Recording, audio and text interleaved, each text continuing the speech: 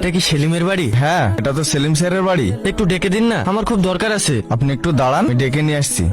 Madam, স্যারকে নিচে একজন ডাকছে। কই গো, তোমাকে কে ডাকছে? গিয়ে একটু দেখো, আমি আসছি।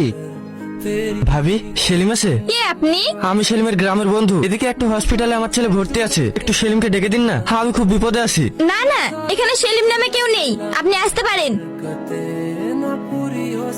কিরে, খেতে যাবি না? না, তুই খেয়ে আয়। কি এনেছিস আজ? কিছু না, ওই মুড়ি কিনে খাবো। মুড়ি? চল আমার সাথে। আমি এবার যাবি না মার খাবি? খুব খিদে পেয়েছে ভাই। চল। হ্যালো, সেলিম, পিঙ্কি গাছ পাত্রপক্ষ দেখতে আসছে, তাড়াতাড়ি আয়। কি বলছো?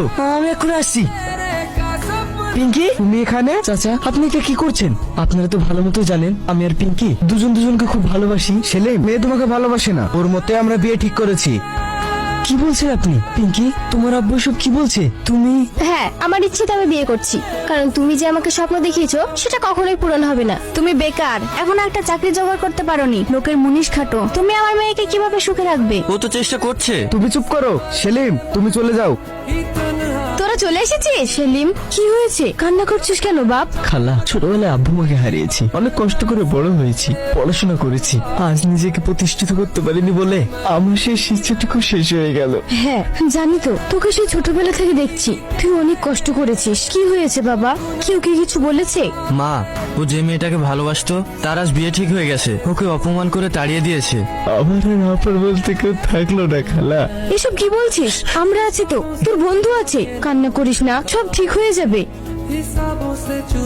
বাপ, শহরে গিয়ে সাবধানে থেকো আর সফল হয়ে ফিরো। হ্যাঁ খালা, আপনার দোয়া থাকলে অবশ্যই একদিন মানুষ হয়ে ফিরবো। নে, এটা রাখ।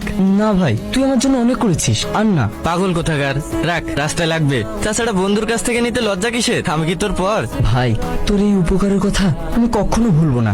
একটা কথা মনে রাখবি, বড় মানুষ হয়ে কখনো মনুষ্যত্ব হারাস না। বিপদে আপদে সবসময় মানুষের পাশে থাকবি। হ্যাঁ ভাই, এই কথাটা আমি সবসময় মাথায় রাখবো।